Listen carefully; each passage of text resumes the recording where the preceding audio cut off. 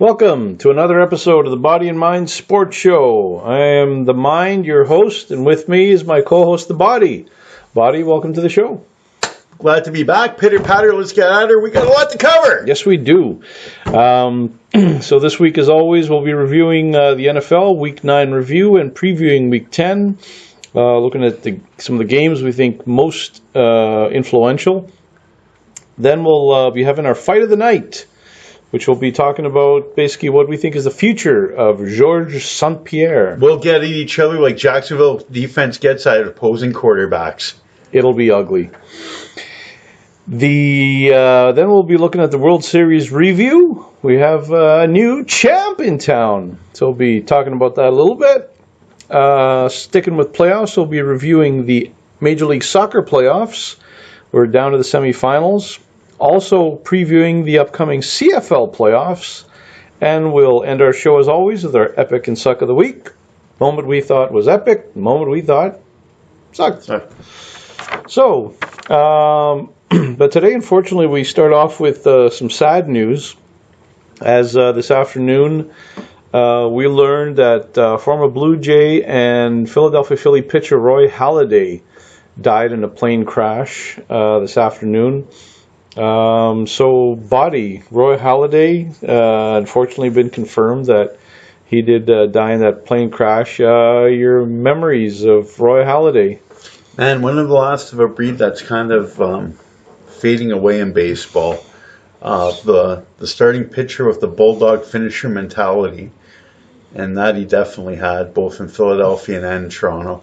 Early in his career, actually was sent back down to, I think, A-ball. He came up, he was a prospect, he struggled, and they sent him back down to A-ball just to completely start his delivery over from scratch. So he definitely overcame and persevered. And from things you hear, you usually hear people speak well of people who passed, no matter what. But apparently from things I was hearing today, like he's supposed to be quite the amazing person, maybe even a better person than he was a pitcher. So that makes it all the more sadder. That's kind of insane because as a pitcher, he was an unreal pitcher. I remember watching Blue Jays games when he was playing, and like when he played, that was like the only time I felt any confidence that the Jays were actually going to win a game. I would agree with that. Because that was the one sad thing about his career, is that the Jays were such a horrifyingly brutal team during his entire, 11 years in Toronto. Like, he did everything that he could to basically rise that team from the ashes and make them an actual World Series contender. But unfortunately, he was like a man on an island. Can you imagine how bad they would have been if they didn't have him for 30-some-odd starts a year? Well, they'd be like Houston with 100 game losses, basically. Yeah. It'd be a disaster. They'd be the Pittsburgh Pirates. That's what they'd be. So looking at some of the stats on Halladay, that was the other thing that caught me, is you're talking about bulldog mentality. They had, over his career, 67 complete games, which for me just blew my mind apart. 67, that's insane. Nowadays, we don't hear of anyone doing complete games anymore. No. Managers are getting so crazy with their pitching management that, Roy Halladay, I saw that over his entire career, he had at least 6 seasons in which he had 7 or more complete games. That'd be unheard of now. Yeah. You're never seeing that again. So that's, though, you think about that, a pitcher usually gets in somewhere around 30 games a year. And so he had a few years in which he actually had 9 complete games. Mm-hmm. So when you think of that, if you pitch 30 games, that means a 30-year games, you did complete games.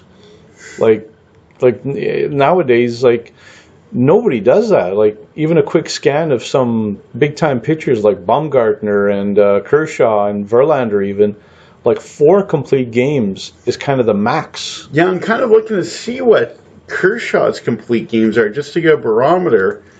And it's weird because you don't even see complete games in one of the first columns. You have to go over further. And that used to be a main thing you'd see from pitcher. Kershaw, 27. Kershaw's only finished 25 games in his career.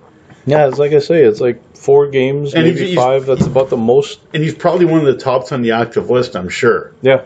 That. I remember when pitchers used to get about 20 in a year sometimes. Yeah, well, it's not anymore.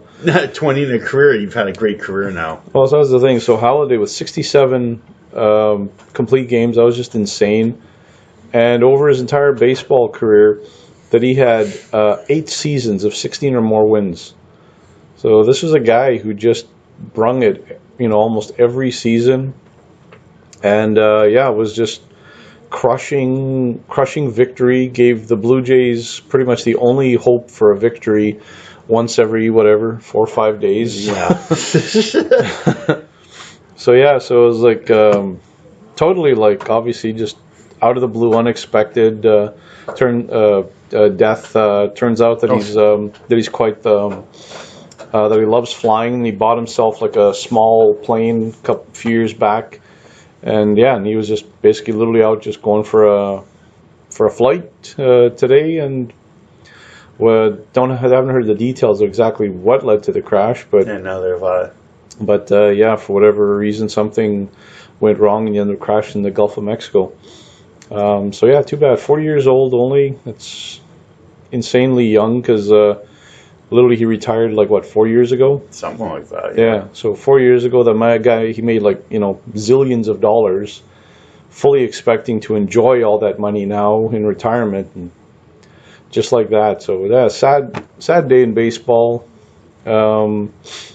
Amazing pitcher, amazing career. Yeah. Roy Halladay.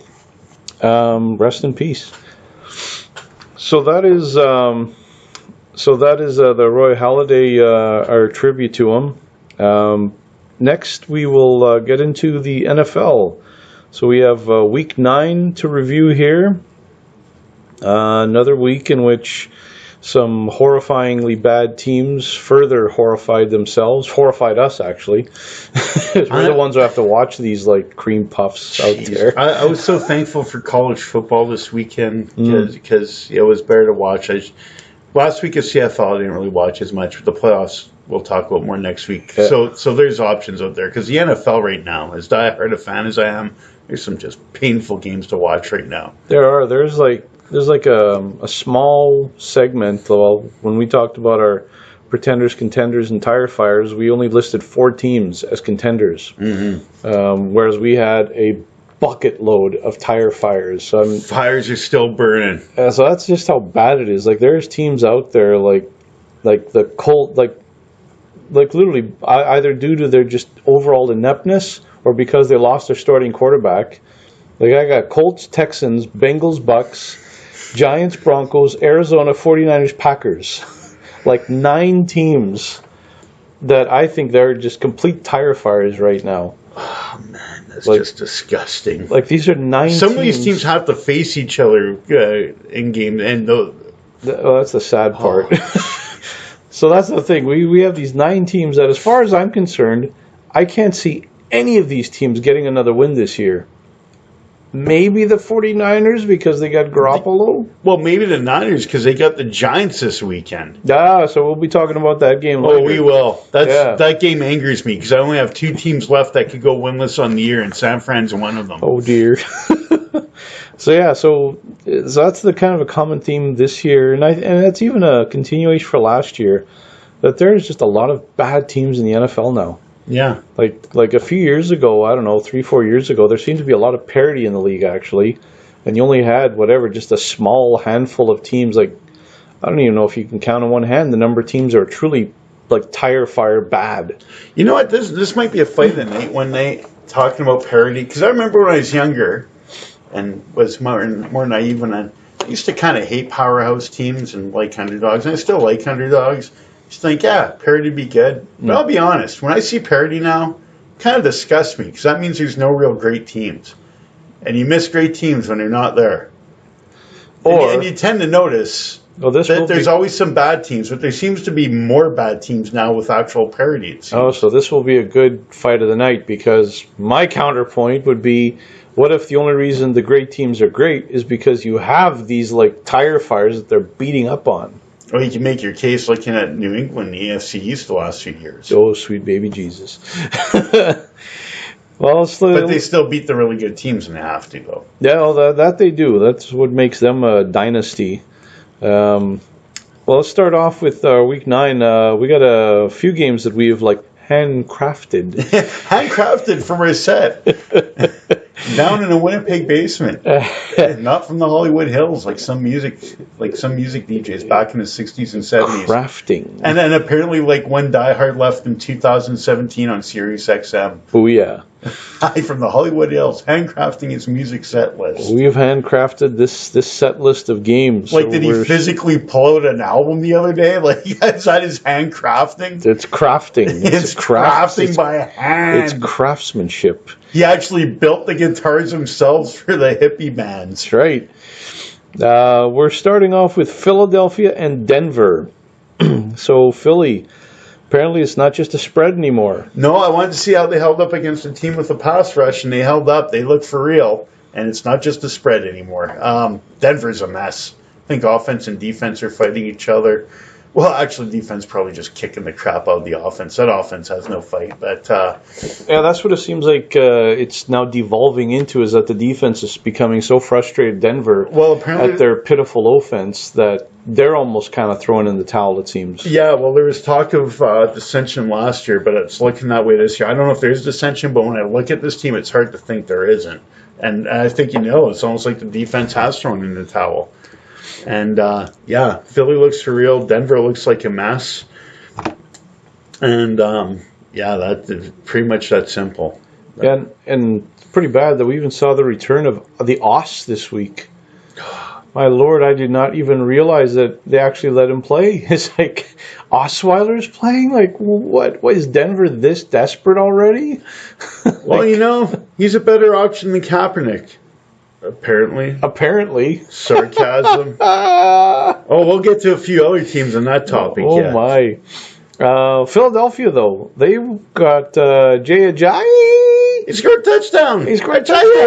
Apparently he can score touchdowns. Yeah, because he's not in Miami. How about that? Yeah, so Philly, good for them. They're looking for real North Dakota kid, driving him to victory. Yes. Fantastic. This is going to be great. I wonder if he'll bring pass rush, and they only give up about 70 yards rushing a game.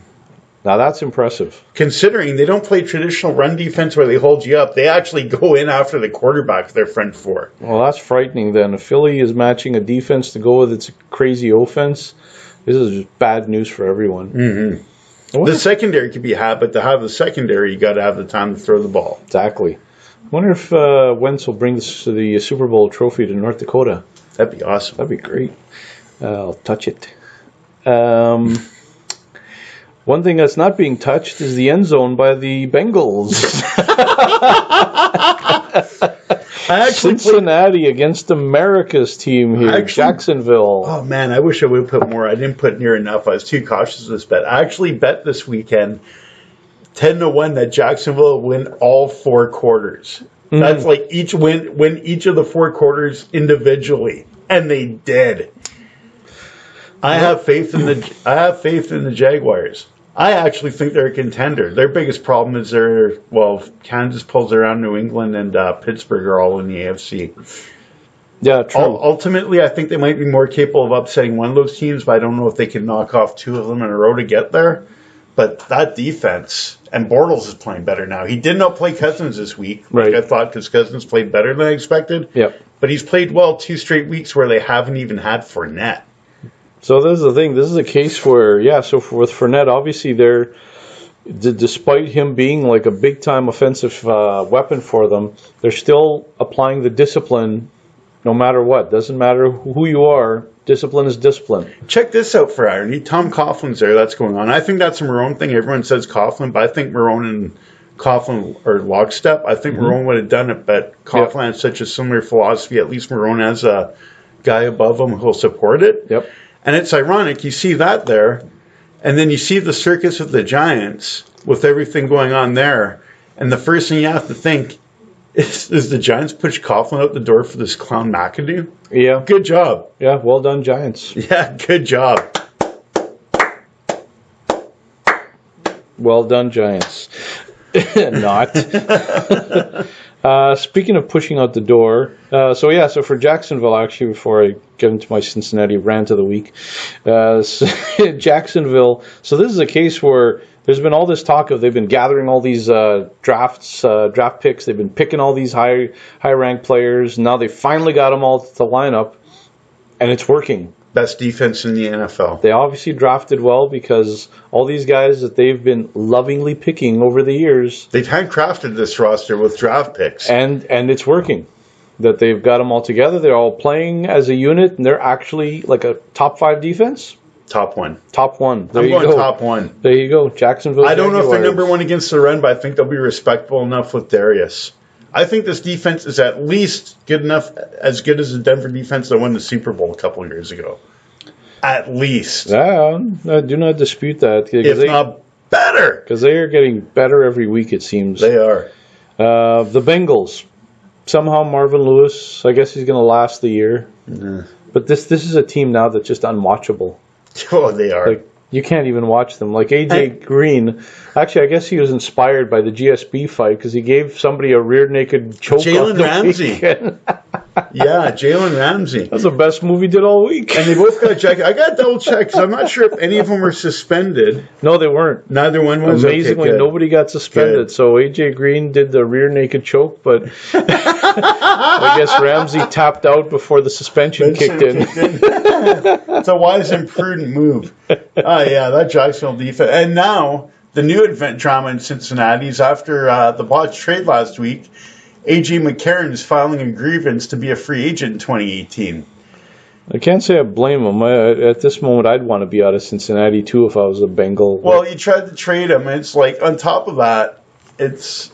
Why is he still sitting behind Andy Dalton? I don't get that at all. Dalton should be... Like, he should... They should be doing to Dalton what the Dodgers did with Gonzalez there. Dodgers, they basically had enough of him. They said, you know what, we're going to pay you to not come and play. Mm-hmm. And so he just took his family on a European vacation while the World Series was going on.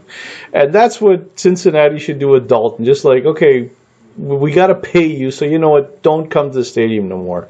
Do whatever you want. Go back to Texas, go to the Bahamas. I don't care. Go to Russia if you want. Do whatever you want. Just don't be in Cincinnati. Then that way the Red Rifle can no longer shoot his own team in the foot. Exactly.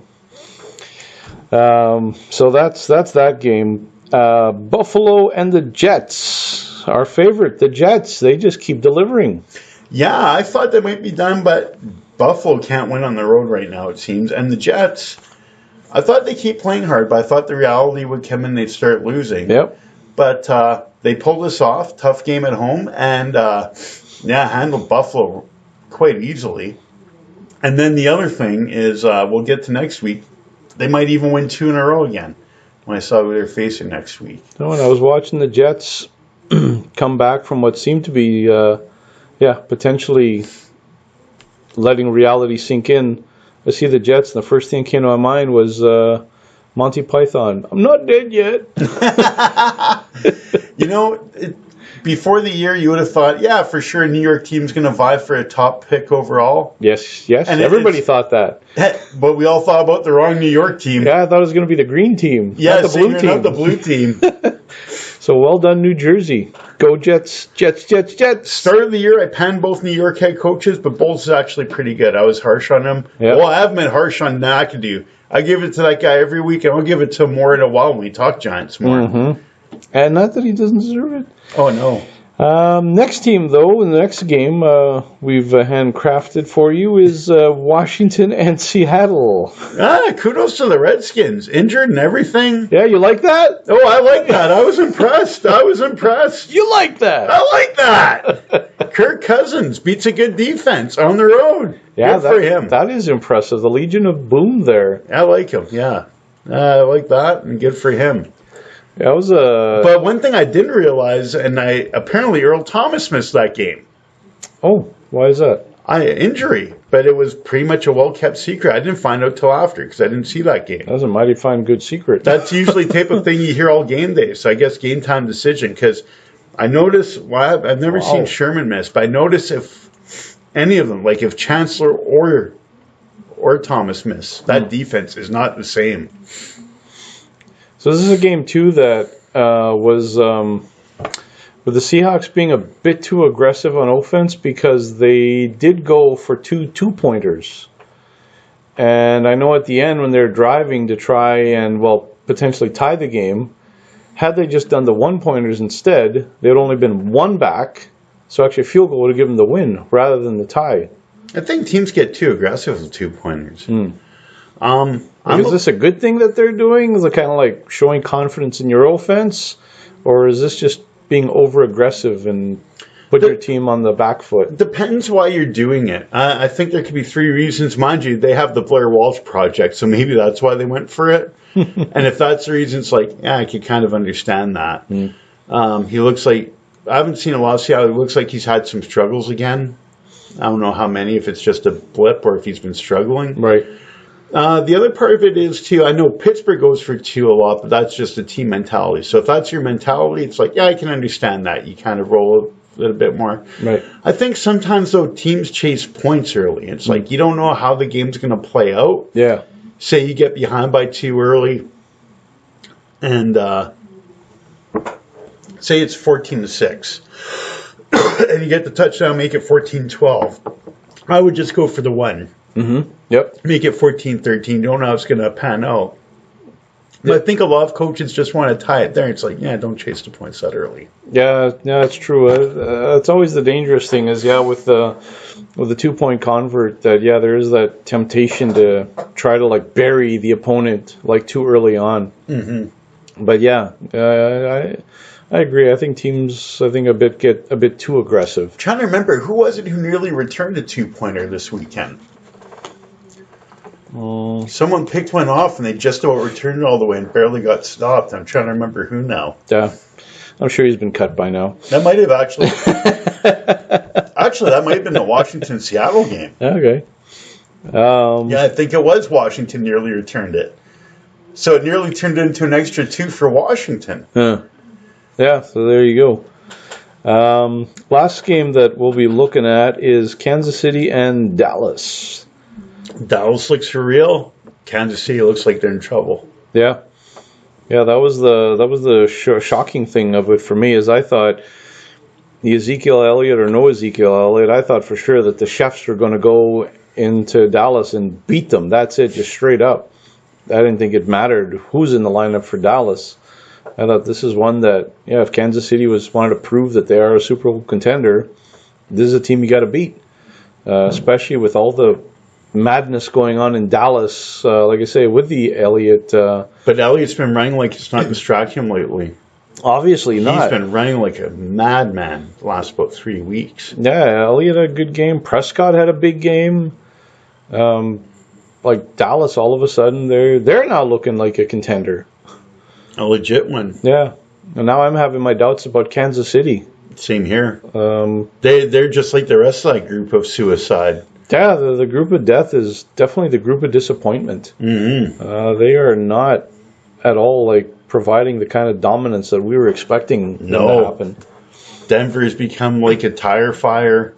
The Raiders, you don't know what you're getting week after week. Yeah, it's a flip of coin. Kansas City right now, that's all dicey. Yeah, they have not had a few good weeks lately. So, Kansas City now they're up in the air as far as I'm concerned.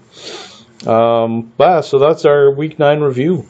A lot of some good teams starting to show themselves, but there's a lot of fires going on in the league. Oh, man. NFL Week 10. Let's preview a few games from there. So the first one we got chosen is actually this Thursday's game, Seattle and Arizona. So what do we think about that? Well, I kind of want to see if Earl Thomas is back for Seattle on that one. I don't like Arizona with Drew Stanton much, but it's always tough to go on the road with only that 3 days rest and that 4 days. And, usually I like Seattle. I think Seattle... I'm not so sure about this game. Like, it's hard for me to bet on zone.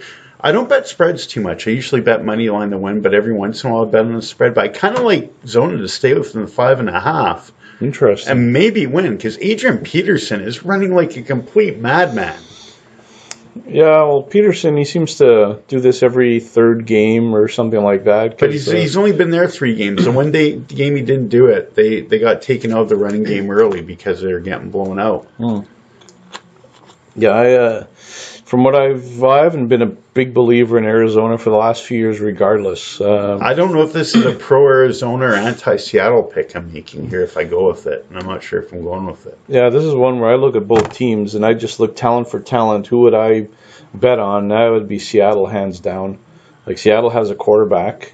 Yeah. Arizona has no quarterback, like nothing. It's like right now. Well, that's the worrisome thing. Right now, I'd get Kurt Warner out of the studio and suit him up again because he's better than any of the garbage they have right now wearing their colors. Oh, I'd agree with that. And I mean, Seattle also has, they also have like about 6 different running backs they use. One of them has got to get some yards. Well, I know. I've been thinking that for weeks and it hasn't happened yet. And I mean, Seattle still has a defense.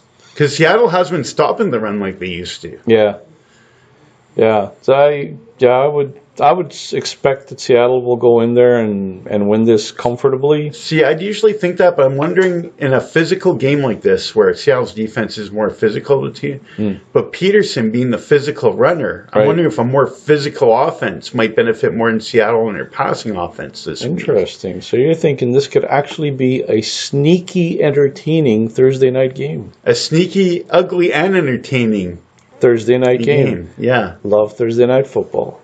It's been weird this year. It's been off and on. I'm usually not a fan of Thursday night, but there's been games that have been awful or been games I agree. This one I think will be ugly yet entertaining. You need to get those weird games that are ugly but entertaining. I think this will be one of those. Well, this is a divisional matchup, so those always, no matter how the records of the two teams involved, it's a division game. That just seems to give power and confidence to every player out there. Last few years, even when they've been really good, Seattle has underachieved against lesser teams in the division at times, too. All right, so this will be a fun one to watch then.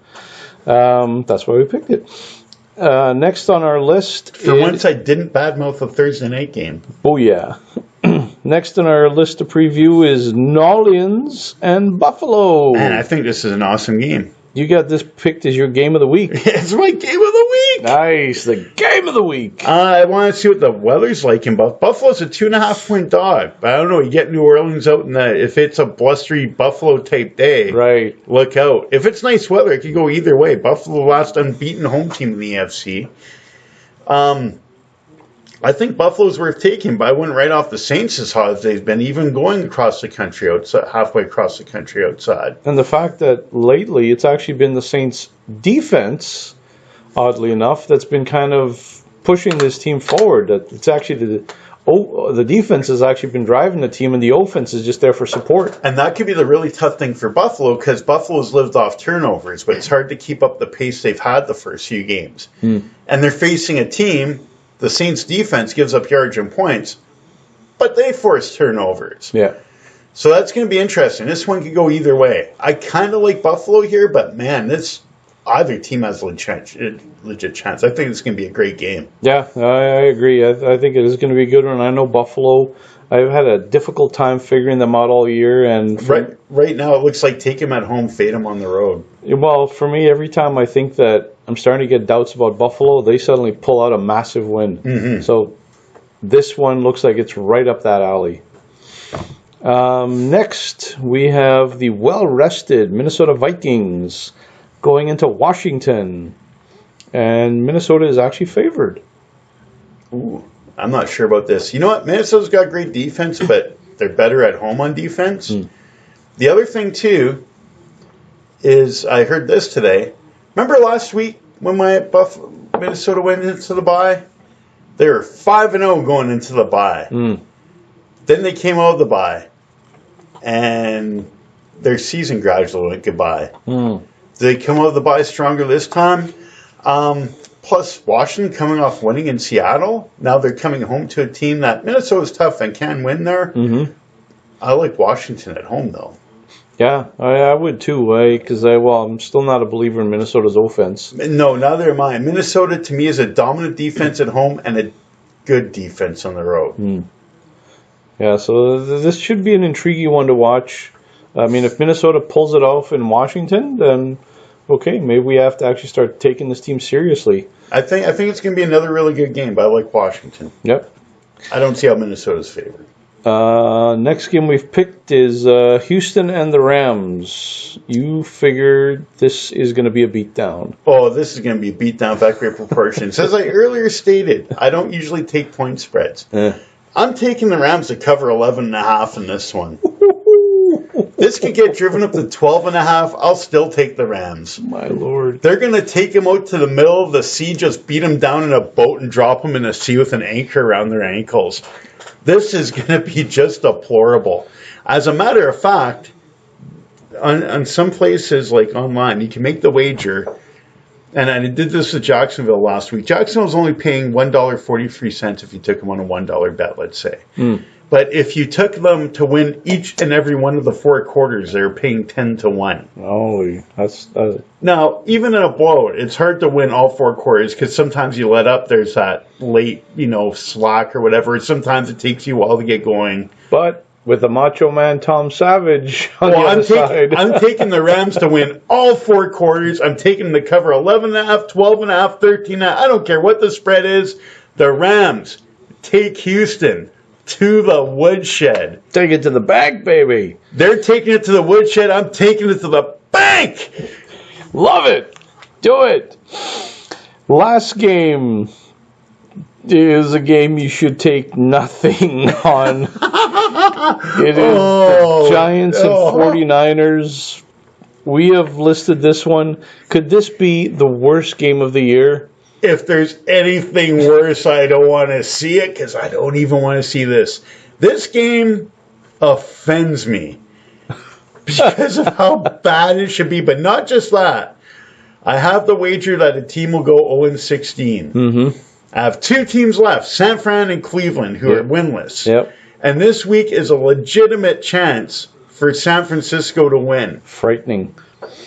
How are the Giants favored against anyone right now? Aren't they? I think they're a 1-point favorite on the road. I don't get against San Francisco. And especially if anyone saw the McAdoo press conference after this past weekend, where when they asked him the question, what team talk did you give your players at halftime, he couldn't respond. He just stared at the reporters with this blank stare for like half a minute, and he came out with, he couldn't say anything. So he literally either couldn't remember what he said, that it was that pitiful, or he actually didn't say anything at all.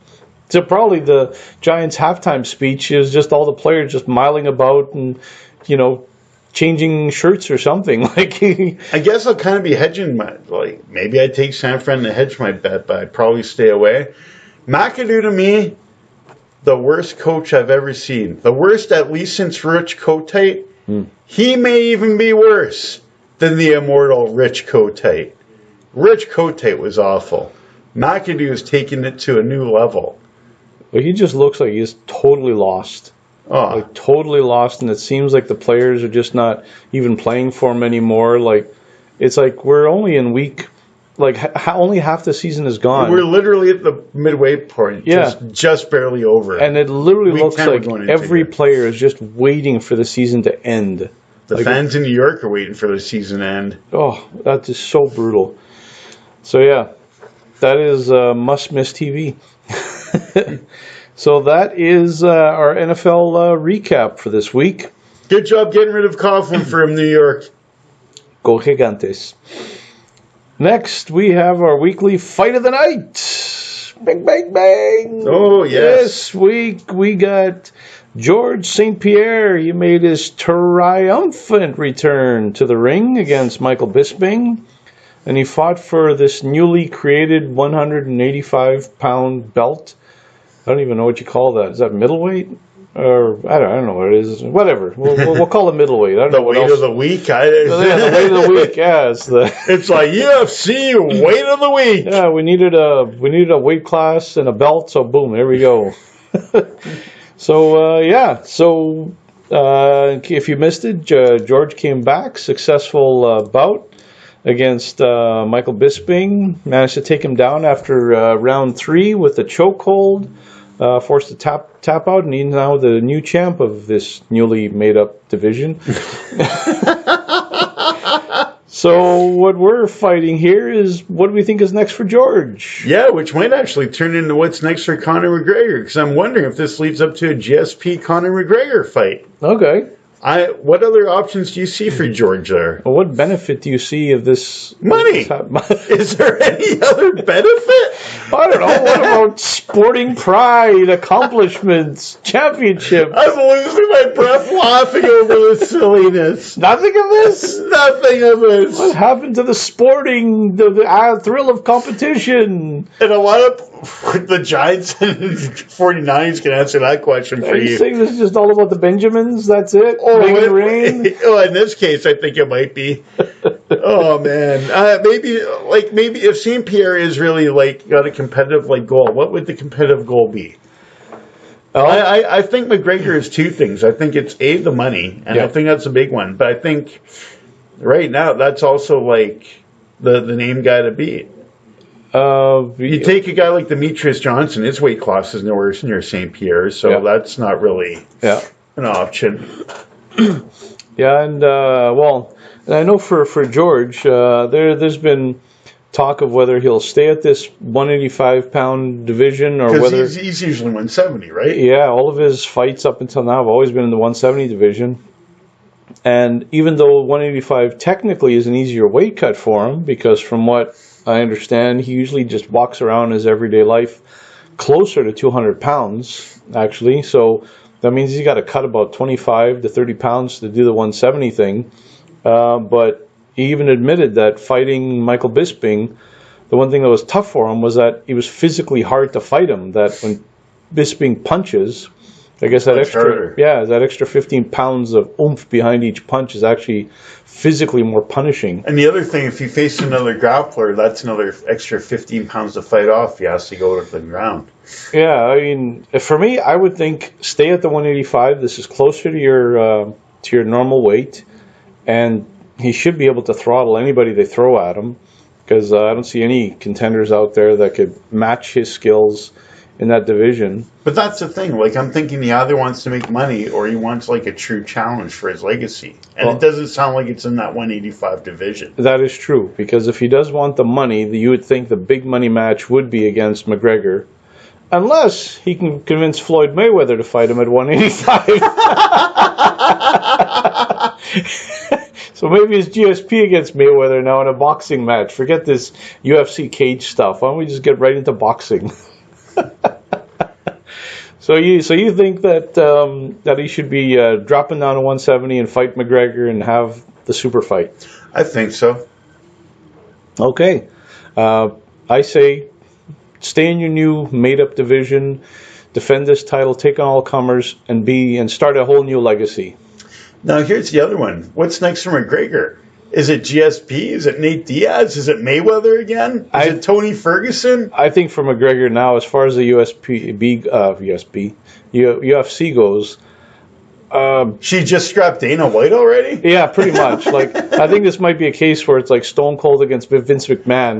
That's the only thing left for McGregor is to fight the owner of the company. Well, I mean, there's the Diaz trilogy. There's been the Tony Ferguson. There's St. Pierre. There's going back for Mayweather again, which I think will be a clown show, but I think people will buy in again. I think right now for McGregor, as far as the cage fighting, I think he's done everything. I don't really see any challenges left for him to do. So, yeah, the only thing left for him... I think St. Pierre or Diaz. Well, that's the thing. St. Pierre would be a challenge. Diaz is worth the trilogy. You figure? Oh, yeah. Yeah, you think Nate's got one more in him? It's just a matter if Nate wants to, I think. Well, I guess when he's not busy running his triathlons. Yeah. I guess that'll be a question of will that generate enough money, though, to attract... McGregor's interest? I would say this. I would exhaust other options before Diaz for two reasons. Because I think there's more money to be made in a St. Pierre fight. And I think, too, well, it could even go for St. Pierre. I think Diaz is one he could realistically lose. Interesting. Okay. So from that point of view, then I say that McGregor definitely doesn't want to do Diaz. No, you want to save Diaz for last because if you do he it again. cannot afford to have a loss. No, like I think you want to do it, but I think you want to save it for your last one if you even get around to it. Okay. Yeah. All right. Well, it should be interesting. We got a lot of permutations here with GSP and McGregor, and then the whatever circle around like Bisping. I think he's out of the picture now. Mm-hmm. So Nate Diaz potentially in there. So yeah, should be kind of like a soap opera. Let's see how this turns. Yeah. And that is the fists turn. As the fists turn. So that is our fight of the night. Future of Georges St. Pierre. Next, we'll be doing our last recap of the World Series. In case you missed it, Houston managed to upset everyone by going into Los Angeles and demolishing our Iranian-Japanese friend, Yu Darvish, 5-1 in the World Series final. He had a rough World Series. He did. Yu Darvish did not have a good time. So, what do you think? Houston is champs? Deserving champs. Is happiness, is joy? They're deserving? I think they're deserving. I heard talk, I heard someone speculate earlier who thought the Dodgers are the better team. I thought they were pretty much, I don't know, Houston's deserving. I don't think it was as huge an upset as some people think. We did the comparison. We thought the Dodgers were a bit better on paper, but we both agreed. We thought this was a close series. And I've talked to people from both camps. I thought there were some people I talked to who thought this was a pretty even series. There's some people who thought the Dodgers would roll, and I thought this was closer to a close series. Yeah, I always find it funny when you have like a 7-game series and somebody says, "Oh no, the better team lost." No, they didn't. No, it's 7 games. It's the 7 games. It wasn't if it was just 1 game, okay, maybe you could say, "Oh, yeah, sure." But if they played 9 other times, whatever. Mm-hmm. They played 7 games. No, the better team won. That's it. I checked the win totals because I don't think the Dodgers won that many more games than Houston on the regular season either. No, both were over 100 games. So, both were like, in the regular season, they're both phenomenally good teams. They both destroyed all that came before them. Mm-hmm. They're like, when they ask Conan, what is good in life? Well, that's what the Dodgers and Houston did. They crushed their enemies, saw them flee before them, and heard the lamentations of the women. So Houston... So both teams deserve to be in the World Series. They were like, the best 2 teams this year. Yeah, Dodgers won 104, Houston won 101. Yeah, so there you go, 3 games. And in Houston, they came when it mattered. We did our preview, and just on what we thought position by position, we had the Dodgers having an edge, a slight edge. But at the same time, also taking into account the whole Houston strong thing. Mm-hmm. The fact that with all the hardships that city has gone through, and just basically the collective, encouragement that they're getting from pretty much the whole country, I think that also played a factor into this. Interestingly, too, as much as Houston relies on analytics, and all teams do now, Houston probably more than others. A.J. Hinch still did some old school. Early in the series, it looked like the Dodgers had the advantage in managing with Roberts. Yep. But really in the series, it was Hinch. And Hinch, there was analytics, but he also went with some old school hunches. He just went with his eyes of what he saw at times. Right. Roberts, it seemed like, went exclusively to the analytics. And in the end, Hinch may have outmanaged him. Yeah, well, that's the thing. Hinch definitely made, all the right moves when they needed to, didn't overthink things. And it was crazy because for the first 6 games, we had like a lot of like wild insanity games where it was like down to the last out type deal. And yet in game 7, like you couldn't have asked for anything better if you're a Houston fan, because there's a game in which you pretty much just were able to relax. Mm-hmm. Like after inning 1, game's pretty much set, done. Now you just got to ride it out, and they did. That's the part that actually surprised me, is that I kept expecting for a Dodger comeback, because they've done it in every other inning or any other game. But I guess, karma, I guess, because Jock Peterson was running around the bases and hooping it up and hot dogging it good. So, I don't know, it's almost like karma came to bite the Dodgers for some of that hot dogging they were doing earlier. And Mattress Mac, can't remember the name of the furniture shop he runs in Houston. Hugely successful furniture salesman in Houston, has a business there. He has a deal where if the team you're cheering for wins their championship, in this case Houston with the Astros for the World Series, I heard different numbers: $3,500 worth of furniture, $6,500, whatever the minimum is you had to spend. Yep. He would cover it if Houston won the World Series. Ooh. So he was actually in Vegas World Series week to hedge his betting on Houston, because I believe he actually owed out, he actually owed out $3 million to customers if Houston won. Ow. So I think he actually hedged it all in betting, or most of it in betting Houston in the World Series. Oh my. So it worked out for Mattress Mac in the end. Well done, Mattress Mac. Well, I was pretty gratified to see. I'm not a particular fan of either team, but I was just happy to see a new team win the World Series. And it was nice to see that a team that actually had a great regular season also followed it up with a great postseason and won the whole the championship. AJ Hinch was great. I don't know if it was the next day or from that night. I think it was from that night because I seen it the next day. Houston wins the World Series. He's like, yeah, it's like talking about how it's all good, but really in perspective, there's still people in the city without a house, and there's people in Puerto Rico without. And he's mentioning a few other things, and people in Florida still rebuilding.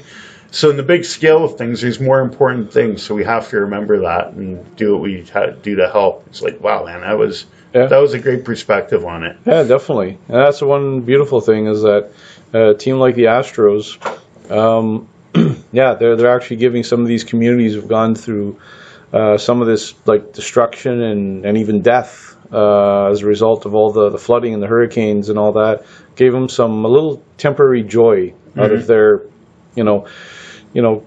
difficult existence right now.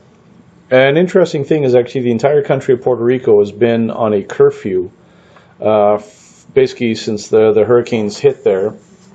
And the only exception the government made was when the Astros were playing. Really? Yep. Nice. Because they have a couple of Puerto Ricans, namely Carlos Correa, they're the biggest star.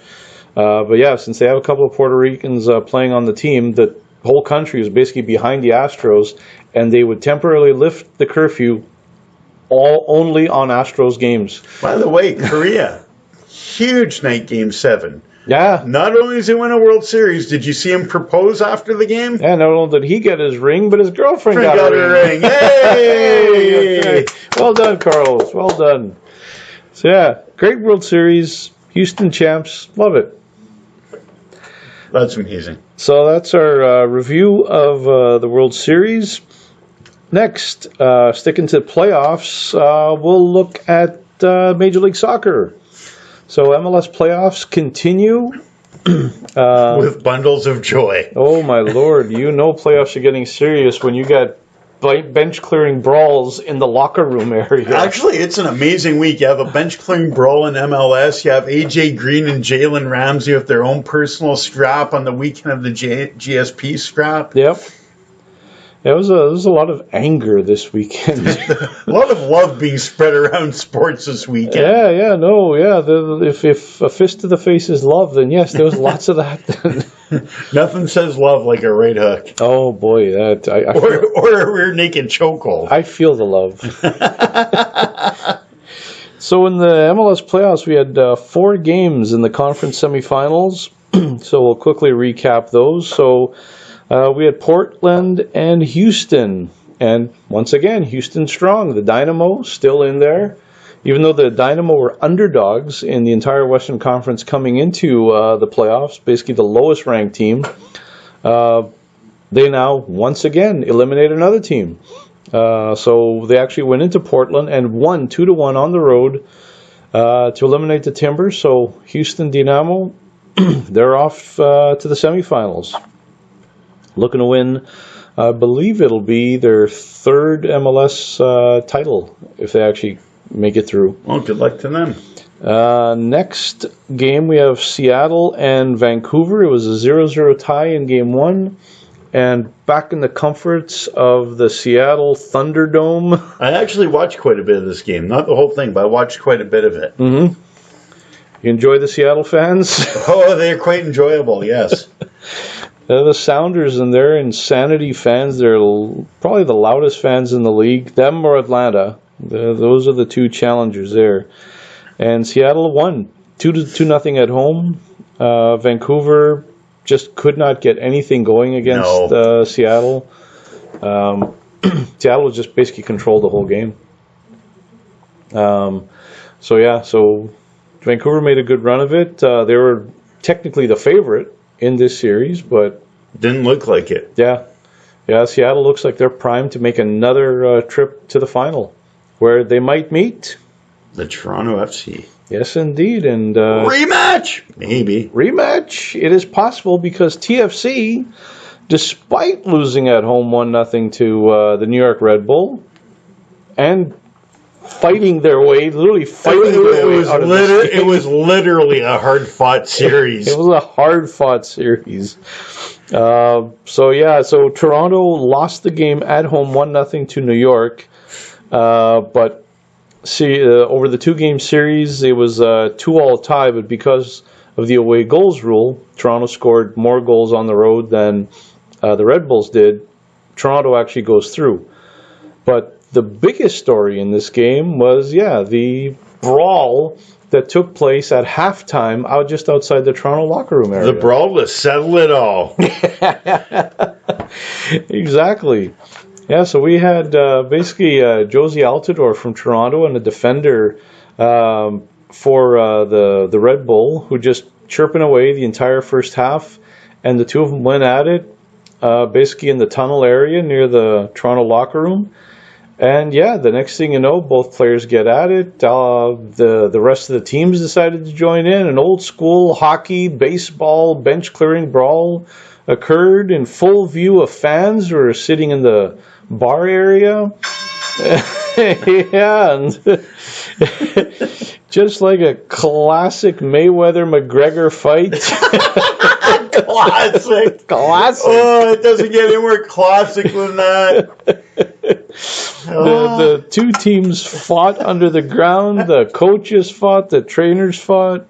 When it was all over, both teams, Toronto and New York, they both got a player thrown out of the game and played 10 men aside. And actually, Toronto ended up playing with only 9 men because Jovinko, their star forward, also got thrown out for grabbing a ref in the second half. So he just outright grabbed the ref? Just went up to the ref. He was angry over a call, and he literally just grabbed the ref, and the ref turned around and said, "Hey, you can't do that." Bang, red card. So Toronto lost 2 of their best forwards, actually. They're now trying to get Altidore's red card overturned. They know that they can't do anything about Jovinko, so they're definitely going to be without him for the next round. So because he was caught red-handed. Boom! Whoa! Hey. So our last game in the conference semifinals was the other New York team, New York Football Club, New York City, fighting Columbus. The scrappy Columbus Crew were being threatened to move. And once again, Columbus did it. Columbus won 4-3 on aggregate. They won the first game 4-1. Blitzed them back in Columbus, and they lost 2-0 in New York, but it didn't matter. It wasn't enough. So the Crew are through. The Crew carries on. Crew carries on, and surprising given that New York City, they have some pretty high-priced players too, like David Villa, Spanish player, and Andrea Pirlo. Just recently played even in last year's Euro for the Italian national team. So one of the best midfielders in the world still. But didn't matter, star power or no star power, the plucky little team from Columbus said I can, and they did. So they are through. So that gives us our semifinal matchups of Seattle versus Houston and Toronto versus Columbus. So we are set up for a potential Seattle TFC rematch of last season's final. Or we could have the 2 upstarts, Houston Strong versus the Columbus, Movers. Yeah. Do you think they will move? I don't think they will. I have a hard time believing that. Columbus, I mean, that's one of the original teams. That fan base has been pretty devoted to that team. And But they really should do something about the stadium. yeah, the stadium, they do need a better stadium, like either a new one or at least a seriously revamped version of the current one. And I have to believe they will. So I'm sure after all the posturing, the foolishness is done, they'll figure something out. And and they'll stick around. But yeah, so we've got a couple of pretty juicy matchups coming up in the MLS playoffs. The only thing is you're going to have to wait a while for them because they only take place on November the 21st. What? So we got a 2-week break now. Are you serious? Yeah. Yeah. No better way to kill momentum. That's the one. What's with the long layoff? That's the one sad thing here. This week there's What, actually... do they think they're college football? Yeah. Well, this week there's some World Cup qualifying playoff games happening. Oh, so there's actually a legitimate reason for it. Okay, yeah, that's understandable. So this week there's some World Cup qualifying games happening. So yeah, so basically no leagues are playing anywhere in the world this week. And the MLS is no exception. They've taken it off. But this is actually a pet peeve of mine because I think the MLS playoffs does go way too long. The fact that their championship is going to be in December, I think, which it should not be. Like, that's way too late. December the 9th, actually. That's when the MLS Cup is scheduled to be played. So I think the MLS needs to do something to actually get these games happening a little sooner. Because, yeah, just for that, like momentum. You got this great momentum of all these playoff games going. It's just killed. Yeah. So, especially when you have so much. I mean, the soccer fans are loyal and devout, but you have so much else going on in sports. You just don't want to kill that momentum right now. Exactly. So yeah. So hopefully the tall foreheads that run the MLS will have a look at that and maybe make some positive changes in that direction for next season. But for now, we've got 2 juicy matchups. We just got to wait a little longer for them. And that is the MLS playoff review. Sticking with playoffs, let's go to Canada. These should be good this week. We have some CFL playoff action happening here. So after last week's final regular season games, we now have our first wildcard matchups, which is Saskatchewan Roughriders taking on Ottawa Red Blacks. 30 years ago, this would have been Rough Riders versus Rough Riders. Yeah, I think, 10 years ago maybe even, or 15 years ago would have been Rough Rider and Rough Rider. For those of you unaware, Ottawa used to be called the Rough Riders as well. But Ottawa is the defending champs, so Saskatchewan will be going into that hive's nest of Ottawa to try to dethrone the champs and continue on their run. And on the other side, we have Winnipeg at home to Edmonton.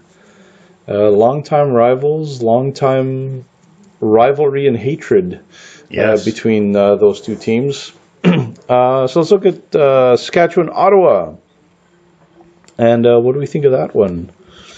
You think the Grey Cup champs can withstand the charge of Chris Jones and the rest of his madmen Saskatchewan Roughriders? Yeah, 3 wins in a row for Ottawa, but Saskatchewan was pretty hot going until their loss to Edmonton this past week. It was another hot team.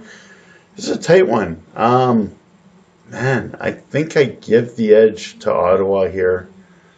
But I think both games go either way, but I'm giving a slight edge to Ottawa. Yeah, this is an interesting one because, Ottawa, they have an excellent team. I mean, they're not much change from the team that won the Grey Cup just 1 year ago. Really, the biggest difference is that Henry Burris is not their QB. He retired after that, and it's now Trevor Harris. They're scoring points again now, though, right? Yeah, that they are. And Trevor Harris is an excellent quarterback. Like, he was easily, last year, it was like literally 1A and 1B. Like, there really was no backup quarterback.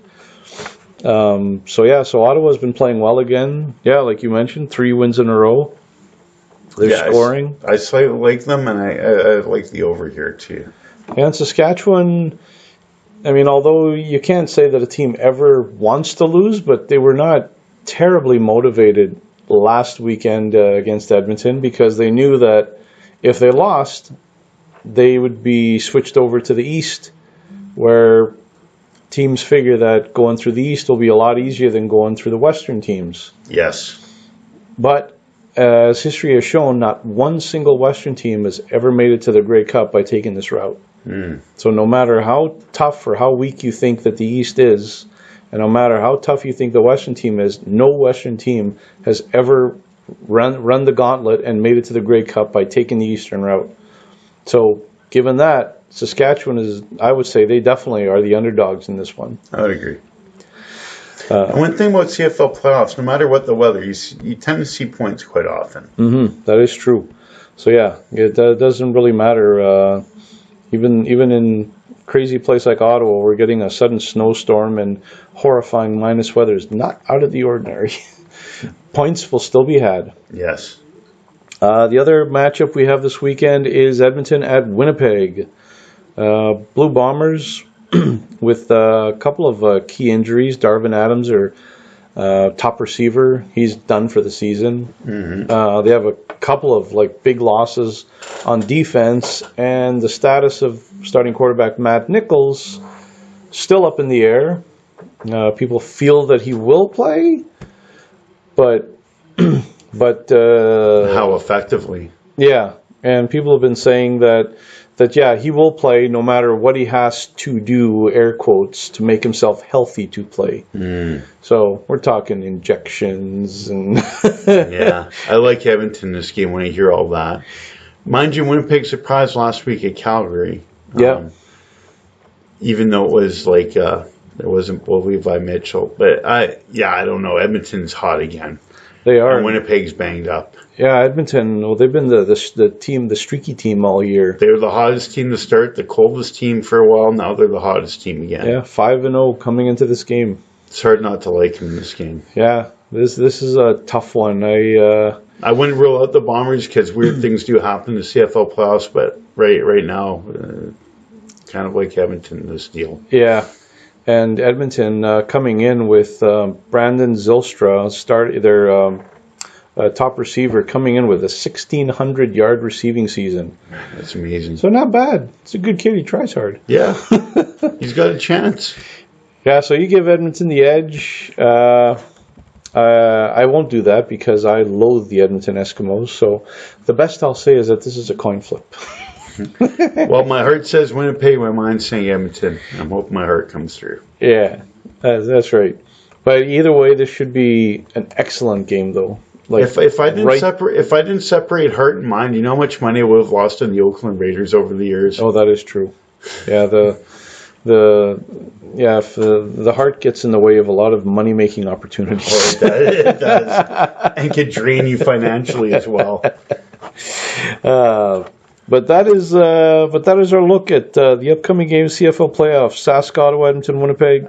Two close games. I just have to put this in perspective. If I would have bet the Raiders all those games over the years with my heart, I'd be asking to live under your coffee table right now. Oh, sweet baby Jesus.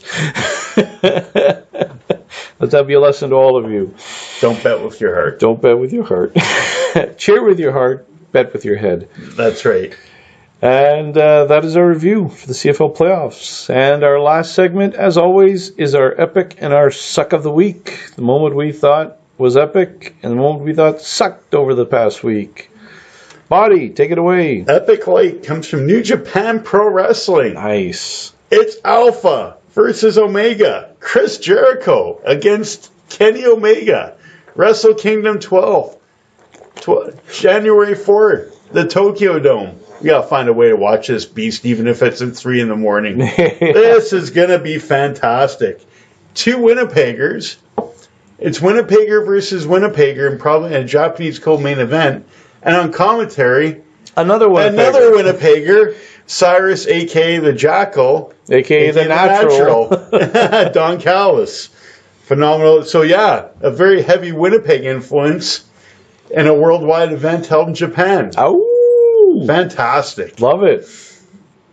And I think it's going to be quite an event.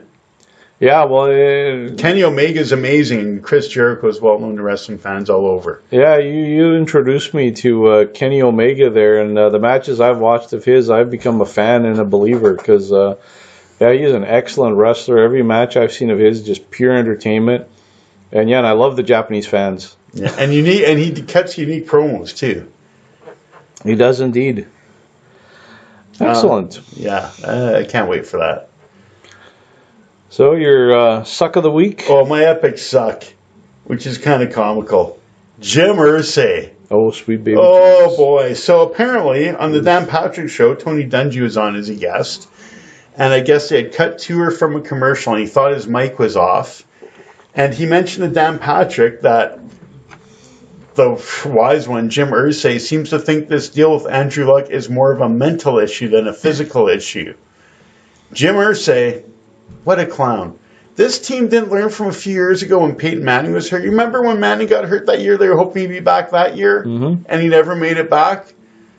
You mentioned this last week. Those who don't learn from history, doomed to make the same mistakes. Yep. Then he goes and puts his foot in his mouth and says that.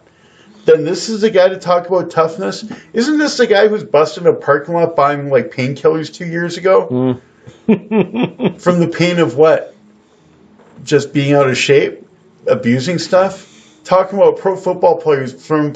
What's he played through? Torn labrum and torn something else. Yeah. It's in his head. No, it's in Jim Irsay's head. That's the epic suck. You village idiot. That the village couldn't even take anymore. Well deserved. Well deserved. I could not come up with a better suck of the week than Jim Irsay. I think he's another one that should go into the Suck Hall of Fame, actually. I'd agree.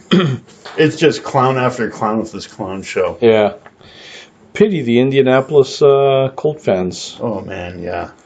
My epic and suck of this week actually take on the same topic. We go to the world of the NHL, where finally, after 2 years, 730 days later... Wheel and deal with Joey Sakic! Finally, Joe Sakic finally scores on a trade.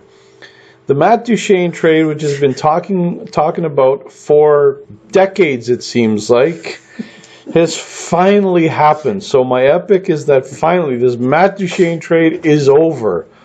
Thank goodness. I've been sick of hearing this thing for so long, and I thought it would never actually be done. But finally it was. So Matt Duchene is moving from Colorado in a three-way deal, where Duchene ends up in Ottawa, Nashville. Then Ottawa then sends Kyle Turris to Nashville, and then Nashville then sends some pucks, players, and prospects and draft picks over to Colorado. So Colorado, they basically get a few players and draft picks. Ottawa gets Duchene, Nashville gets Turris. Happy the trade is over. Happier still for Ottawa because I think they won this trade hands down because they got the only legitimate all-star in this game.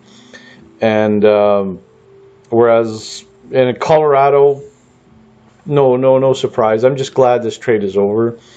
So epic for that. It's finally done, and we can stop talking about it. However, before we start talking about it, I have my suck of the week, which also has to do with this trade. Irony? Thy name is Joe Sakic. For as great a hockey player as Joe Sakic was, and he was an excellent hockey player, he is in the Phil Esposito-like realm of GMing. Except he's the opposite. Esposito can go without making a trade. Sakic can't pull the trigger. And this trade is brutal in that it should have happened 2 years ago. I've been hearing hockey pundits and analysts and people talk about, like, oh, what a great trade that Sakic is. Amazing that he got this much for him. It is like, as far as I'm concerned, it doesn't even matter what he got for him. This should have been done 2 years ago. 2 years ago, he could have gotten a package of prospects and draft picks and bubble gum, whatever it is he else wanted, a pack of hockey cards. He could have all this 2 years ago. And possibly the Colorado Avalanche would be ahead 2 years ago, instead of being mired in the muck in this Cleveland Brown-like existence for the last 2 seasons. So Joe Sakic, you were definitely on a very thin thread from being in the Suck Hall of Fame right now. You know what I should get you for Christmas? I should get you a pet sloth wearing a Joe Sakic jersey. Oddly enough, I do have a Joe Sakic jersey. Yeah, but you don't have the pet sloth to wear it. I do not have. Slowly moving like Joe Sakic moves through the trade land. If for a Colorado Avalanche fan, they better hope he starts moving a little quicker. Otherwise, their team might be contending for the Stanley Cup somewhere in the 2050. Man, this is a dated reference most people won't get, but the odd person might. I haven't seen anything move that slow since the 80s sitcom Night Court. Oh, yeah. With the episode with the guy with turtle nervosa. I